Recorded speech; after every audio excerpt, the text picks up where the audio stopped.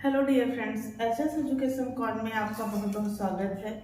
आज हम जिस टॉपिक पे बात करने वाले हैं, आज हमारा अगला नेक्स्ट टॉपिक होगा।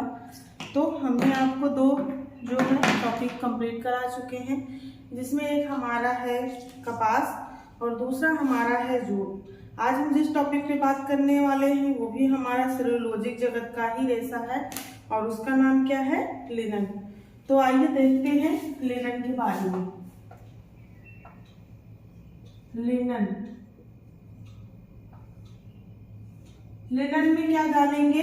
पहले लिनन के हम पहले कुछ मुख्य बिंदुओं को जानेंगे, जैसे लिनन की प्राप्ति हमें कहाँ से होती है, किस जगत का रेशा है, कितना प्रतिशत सेलुलोज पाया जाता है, कितना पेक्टिन पाया जाता है, अशुद्धियां कितनी होती हैं और इसका वानस्पतिक नाम क्या है। कुछ ऐसे बिंदुओं के बारे में चर्चा करेंगे। तो आइए स्टेप बाय स्टेप सीखते चलते हैं। तो सबसे पहले हम क्या जानेंगे? लिनन कैसा रेशा है? तो ये भी हमारा प्राकृतिक जगत का है, प्राकृतिक जगत का।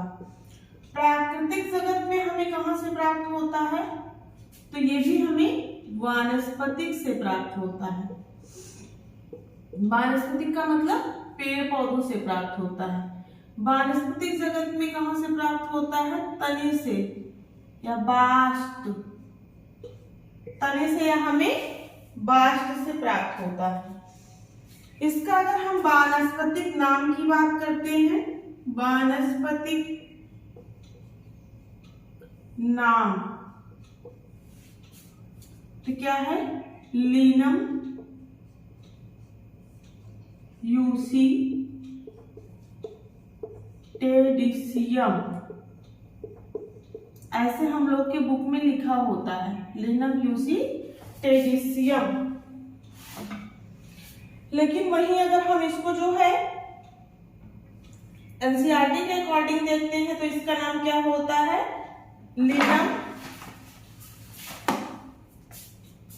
लिनम शुद्ध रूप इसका क्या होता है? लिनम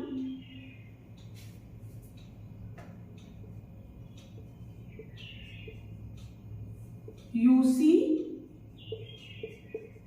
टेटिसियम।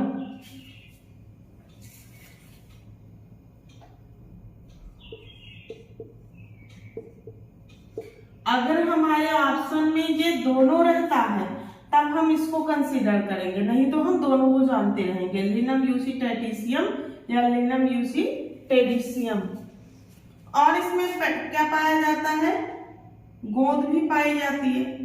तो गोंद कौन सी पाई जाती है इसमें? पेक्टिन। पेक्टिन गोंद इसमें पाई जाती है। प्रधानता किसकी होती है?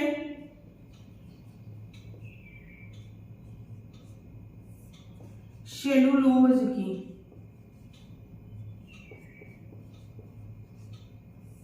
पौधा कौन सा होता है? फ्लैक्स। फ्लैक्स का पौधा होता है। अब इसके हम क्या जाने? अभी तक हमने क्या जाना? हमने लिनन के बारे में अभी तक बस इतना जाना कि जो हमारा लिनन है वो कैसा रेशा है? प्राकृतिक जगत का है। प्राकृतिक जगत में हमें कहां से प्राप्त होता है? तो वानस्पतिक से प्राप्त होता है। वानस्पतिक में हम कहां से प्राप्त करते हैं? तो तने से प्राप्त करते हैं। इसका वानस्पतिक नाम क्या है? तो जो हम लोगों की बुक है उसमें लिखा है लिनम यूसी टेडिसियम, और इसका जो शुद्ध रूप होता है अगर आप गूगल करेंगे तो लिनम यूसी टेटिसियम आपको मिलेगा। इसकी स्पेलिंग होगी LINUM, लिनम USITA टेटिसियम, लिनम यूसी टेटिसियम। गोंद कौन सी पाई जाती है इसमें? तो पेक्टिन गोंद पाई जाती है। प्रधानता किसकी होती है? सेलुलोज की होती है। पौधा हमारा क्या कहलाता है? तो पौधे को हम फ्लैक्स कहते हैं। वहीं इसके कुल की बात कर लेते हैं, किस कुल का पौधा है? जैसे कपास हमारा मालवेसी कुल का पौधा था, जूट भी हमारा लिलिएसी कुल का पौधा था। उसी प्रकार से ये हमारा लाइनोसियाई लाइनोसियाई, लाइनोसियाई कुल का पौधा है।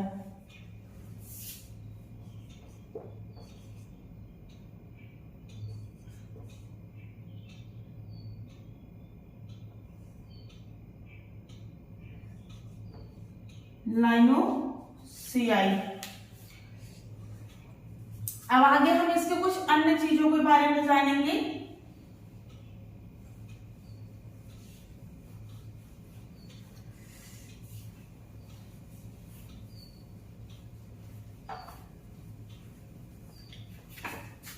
तो अब हेडिंग हम डाल लेंगे अन्य नाम, क्योंकि लिनन को बहुत सारे नामों से जाना जाता है, इसलिए हेडिंग बना लेंगे अन्य नाम। अन्य नाम में जैसे लिनन को क्या कहा जाता है, इसे पवित्रता का सूचक,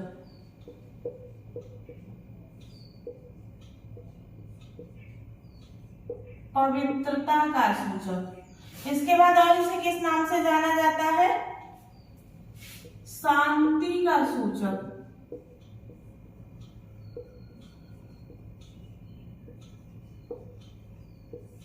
सबसे प्राचीनतम रेशा है,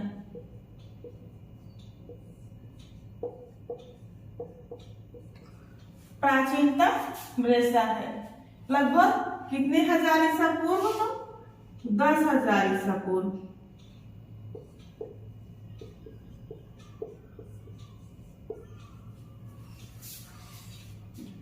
10,000 ईसा पूर्व क्या हुआ था, इसके साक्ष्य प्राप्त हुए थे, इसलिए जो है ये प्राचीनतम रेशा हुआ।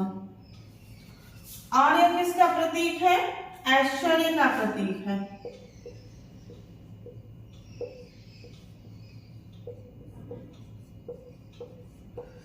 वैभव का प्रतीक है।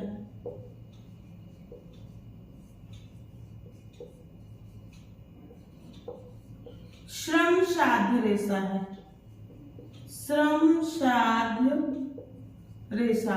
श्रम साध्य रेशा का मतलब आप लोग समझते हैं कि ऐसा पौधा जिसमें परिश्रम ज्यादा लगता है, इसकी फसल को हार्वेस्ट करने परिश्रम ज्यादा लगे, मतलब इस तरह से भी बनाने में और इसकी फसल को तैयार करने में बहुत ज्यादा फसल जो है लगती है। लिनन की भूमि हमारी क्या है, मिस्र। लिनन की भूमि मिस्र,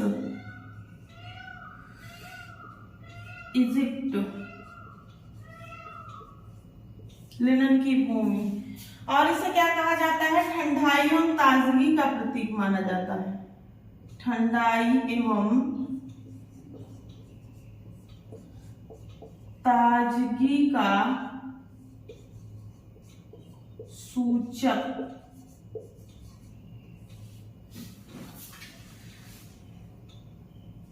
ठंडाई एवं ताजगी का सूचक। और इसे किस नाम से जानते हैं, तो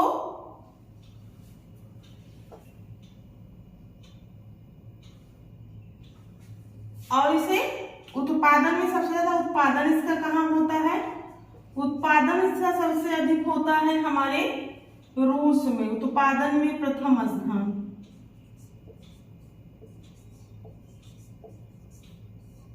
उत्पादन में प्रथम स्थान किसको मिला है, रूस को। उच्च गुणवत्ता वाली कहाँ मिलती है हमें सबसे अच्छी, उच्च गुणवत्ता, उच्च गुणवत्ता वाला कहाँ मिलता है, आयरलैंड में। लिनन उच्च गुणवत्ता वाला कहाँ मिलता है, आयरलैंड में। फसल चक्र कैसे होती है इसकी, फसल चक्र, फसल चक्र में इसे 60 वर्ष लगता है। मतलब 6 वर्ष हम क्या करते हैं, मिट्टी को उपजाऊ एवं भुरभुरी बनाते हैं।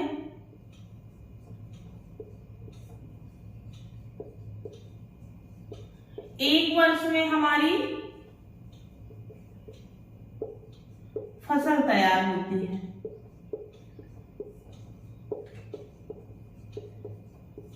एक वर्ष में क्या होता है, एक वर्ष में इसकी फसल तैयार होती है। और क्या जानते हैं इसे ममीकरण के लिए जाना जाता है।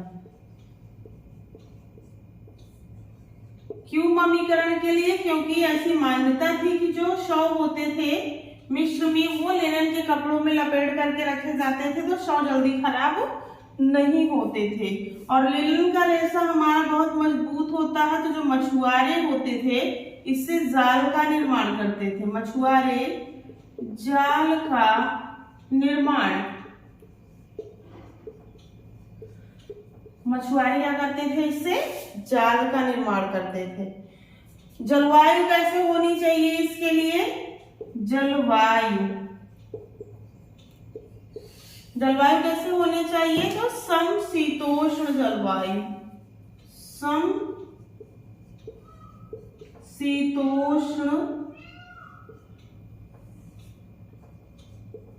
जलवायु। अब हम एक बार इसका रिवीजन कर लेंगे, फिर आगे जानेंगे। हमने आपको क्या बताया? लिनन के बारे में हम पढ़ा रहे थे, जिसमें हमने आपको लिनन बता दिया कि सेलुलोजी जगत का रेशा है, फ्लैक्स से प्राप्त होता है, सेलुलोज की प्रधानता होती है, वानस्पतिक रेशा है, तने से प्राप्त होता है। कुछ ऐसे ही छोटे छोटे क्वेश्चन हमारे आते हैं। अन्य नाम में इसे किसकी किसकी संज्ञा दी गई है? तो इसे पवित्रता का सूचक माना जाता है। सेकंड हमारा है शांति का सूचक इसे माना जाता है। और यह हमारा सबसे प्राचीनतम रेशा है, क्योंकि 10,000 ईसा पूर्व इसके साक्ष्य हमें प्राप्त हो गए थे। ऐश्वर्य का प्रतीक माना जाता है, वैभव का प्रतीक इसे माना जाता है। श्रम साध्य रेशा माना जाता है, क्योंकि इस रेशे को बनाने में बहुत ज्यादा समय लगता है। लिनन की भूमि हमारी मिस्र इजिप्ट है। ठंडाई का प्रतीक माना जाता है। उत्पादन में प्रथम हमारा रूस है। उच्च गुणवत्ता वाली लिनन की हम बात करते हैं तो वो हमारा आयरलैंड में मिलता है। अगर हम फसल चक्र की बात करते हैं तो 7 वर्ष इसकी मिट्टी को 7 वर्ष लगता है। 6 वर्ष मिट्टी को उपजाऊ एवं भुरभुरा बनाते हैं और 1 वर्ष में इसकी फसल तैयार करते हैं। ममीकरण के लिए जाना जाता है। मछुआरे इससे अपने जाल का निर्माण करते थे। अगर इसमें जलवायु की बात करते हैं तो समशीतोष्ण जलवायु होती है, मतलब ना बहुत ठंडी होती है और ना ही गर्म, ऐसी जलवायु की आवश्यकता होती है। अब इसमें आगे हम कुछ और जानेंगे बिंदुओं को।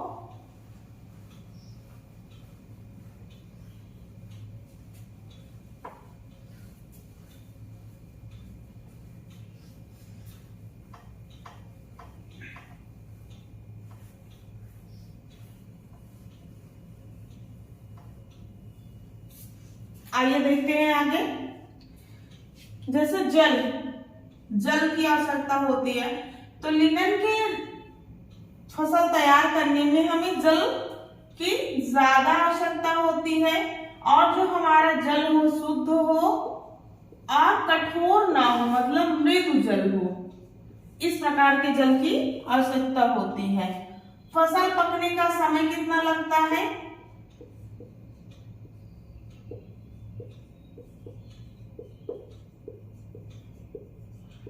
फसल पकने में जो समय लगता है 3 से 4 महीने। अब वही दिन की अगर हम बात करते हैं तो आप दिन को भी काउंट कर सकते हैं कि 90 से 120 दिन। कितना टाइम लगता है? 90 से 120 दिन। मिट्टी कैसे होनी चाहिए? तो हमारे लिनन के उत्पादन के लिए जो मिट्टी होती है वो भुरभुरी, उपजाऊ। मिट्टी कैसे होनी चाहिए? भुरभुरी और उपजाऊ। गोंद होती है। गोंद कहाँ से होती है? पेक्टिन। तो जो हमारा लिनन का पौधा होता है ना, ऐसे आप अपनी कॉपी में बना सकते हैं। लिनन के पौधे में ऐसे ऐसे गांठें होती हैं और इन्हीं गांठों में क्या होता है? पेक्टिन होता है। रेशे की लंबाई कितनी होती है? रेशे की लंबाई हमारे होती है 10 से 20 इंच, मतलब वानस्पतिक जगत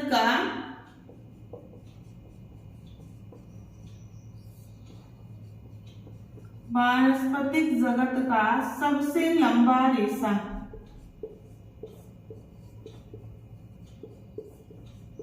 क्या है? तो लिनन। वानस्पतिक जगत का सबसे लंबा रेशा। मापन इसका किसमें करते हैं? लंबा तो है लेकिन इसका मापन स्टेपल में किया जाता है। स्टेपल में किया जाता है। हमने क्या क्या जाना? जलवायु कैसे होती है, तो ज्यादा पानी लगता है इसमें, शुद्ध होनी चाहिए, और पानी जो होना चाहिए हमारा कैसा होना चाहिए? मृदु होना चाहिए। फसल पकने का समय कितना लगता है? तो 3 से 4 महीने, 90 से 120 दिन। मिट्टी कैसी होनी चाहिए? तो मिट्टी हमारी भुरभुरी होनी चाहिए, उपजाऊ होनी चाहिए। गोंद कौन सी होती है? तो पेक्टिन होती है। और पेक्टिन गोंद हमारी कहाँ होती है? तो जो लिनन का पौधा होता है उसमें जगह जगह पे, जैसे बांस का पौधा होता है, गांठें दिखाई देती है, उसी गांठ में पेक्टिन गोंद होती है। रेशे की लंबाई कितना होता है? तो 10 से 20 इंच होता है। वानस्पतिक जगत के सबसे लंबे रेशे की अगर बात की जाती है तो कौन होता है? हमारा लिनन होता है। मापन किसमें किया जाता है? इसका स्टेपल में किया जाता है।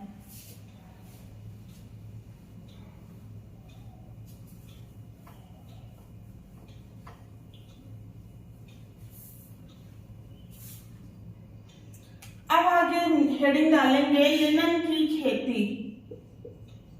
लिनन की खेती।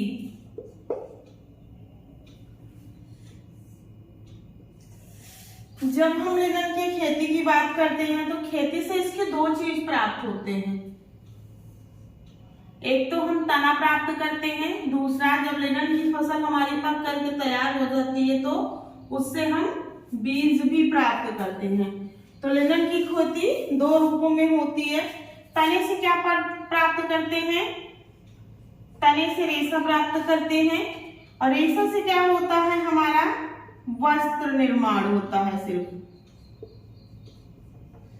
बीज से हम तेल बनाते हैं, पेंट बनाया जाता है, वार्निश बनाया जाता है, लिनोलियम,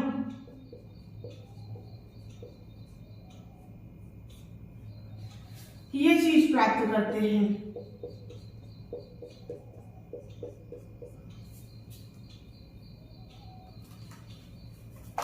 अब कैसे सब चीज में पाई जाती है? जैसे मान लो ये हमारा हो गया लिनन का पौधा, ये जड़ में लगा हुआ है मिट्टी में, और ये कितना होगा? लगभग 10 से 20 इंच बड़ा होगा तना हमारा। अब इसमें क्या पाई जाएंगी? जगह जगह पे इसमें गांठें पाई जाएंगी। इन्हीं गांठों में क्या भरा हुआ है? पेक्टिन। और इसमें क्या पाया जाता है? इसमें पत्तियां भी पाई जाती हैं।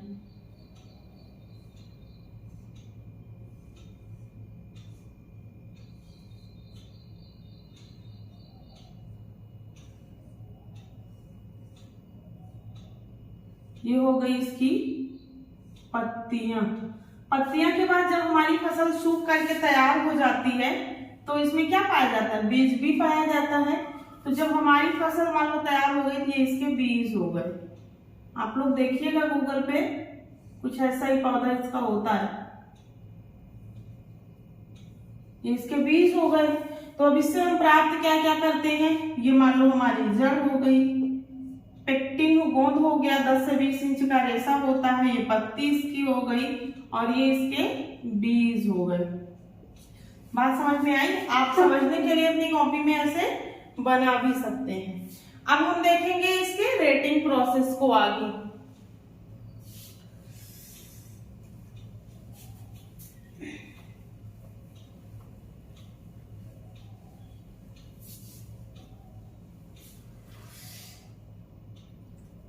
तो लिनन को गलाना या रेशे को गलाना।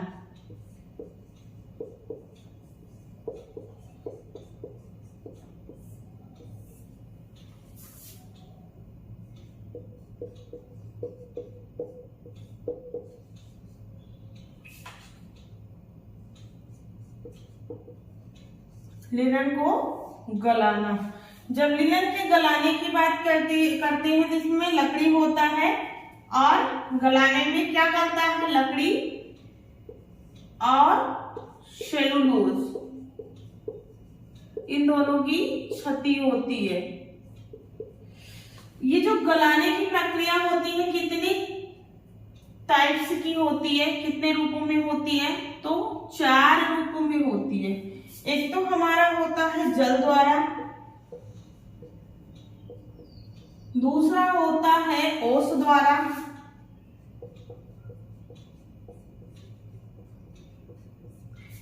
तीसरा होता है पावलेन द्वारा, चौथा होता है रसायन विधि द्वारा।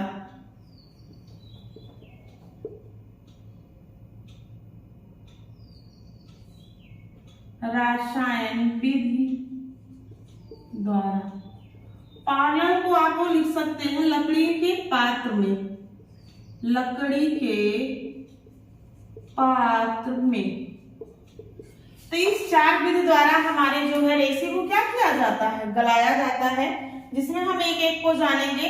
सबसे पहले हम जानेंगे जल के द्वारा। जल के द्वारा कैसे गलाते हैं, तो 2 सप्ताह के लिए 2 सप्ताह के लिए क्या करते हैं, इसको जल में डुबा के देते हैं। 2 सप्ताह के लिए पानी से भिगाते हैं।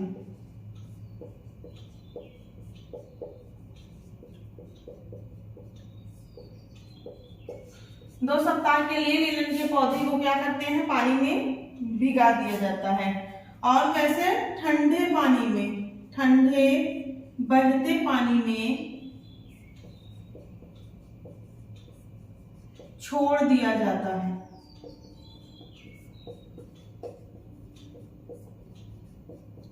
धीरे धीरे हमारा क्या होता है, सेलुलोज फिर गलने लगता है। कीवड़न द्वारा तना गलने लगता है, कीवड़न द्वारा तना गलने लगता है।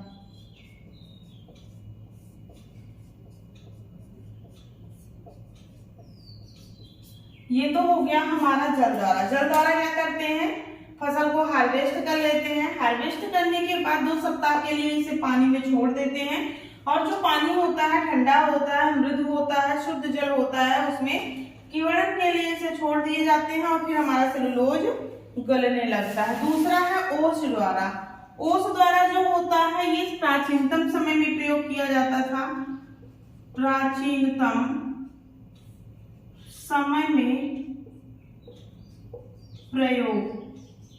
इसमें क्या करते हैं, फसल को काट करके ऐसे फैला देते हैं। इसमें प्राकृतिक रूप से ओस पड़ती है खुले में, और जो है हमारे धीरे धीरे रेशा गलने लगता है। खुले घास के मैदान में तने को छोड़ दिया जाता है। इसमें खुले घास के मैदान में तने को छोड़ देते हैं।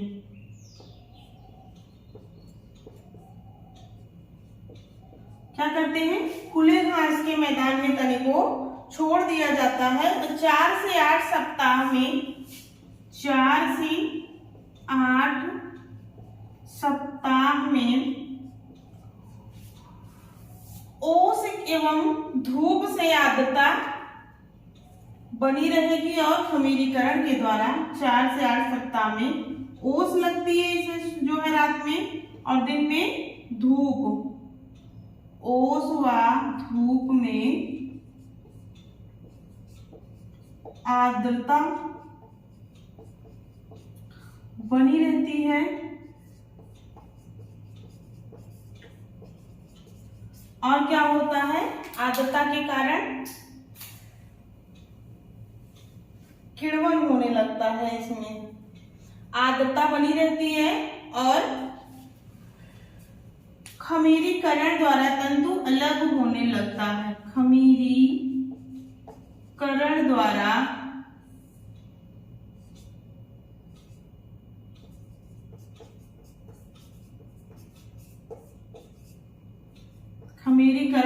तंतु अलग होने लगता है। अगला हम जानेंगे, अगला हमारा है पावलर प्रोसेस। लकड़ी के पात्र में हम कैसे करते हैं, इसमें गर्म पानी का प्रयोग करते हैं, गर्म पानी का प्रयोग और लकड़ी के पात्र का प्रयोग।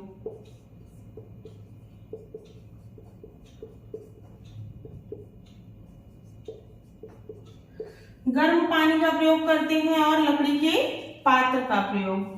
पानी कितना परसेंटेज तक गर्म होता है हमारा, तो 75 से लेकर के 90 फ़ारेनहाइट तक हमारा पानी गर्म होता है। वहीं अगर सेल्सियस की बात करते हैं तो 25 से लेकर के 30 डिग्री सेल्सियस तक। तने को रोलर्स के मध्य से फिर गुजारा जाता है। तने को रोलर्स के मध्य गुजारते हैं और हमें तना प्राप्त होता है, गुजारते हैं, जिससे गोंद एवं अशुद्धियां दूर होने लगती हैं।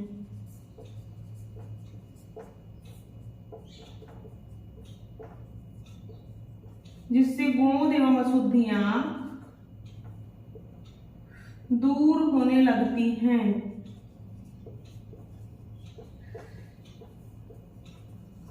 तो ये हो गया हमारा पावलाइन प्रोसेस, मतलब लकड़ी के पात्र में। अगला है रसायन विद द्वारा। तो रसायन विद में हम किसका प्रयोग करते हैं, सोडा एस का प्रयोग किया जाता है।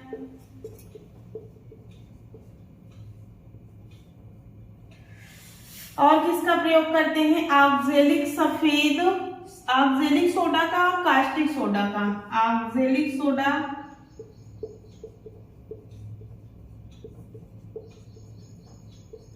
कास्टिक सोडा और सल्फ्यूरिक एसिड, सल्फ्यूरिक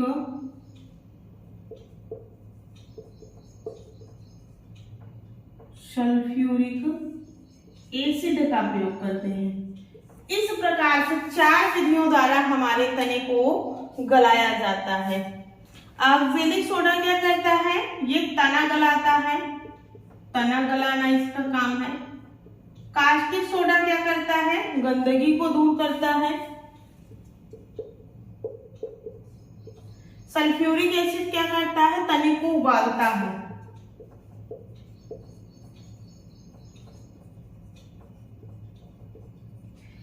तो ये था हमारे गलाने की विधियों के बारे में। एक बार फिर से इसको जानेंगे।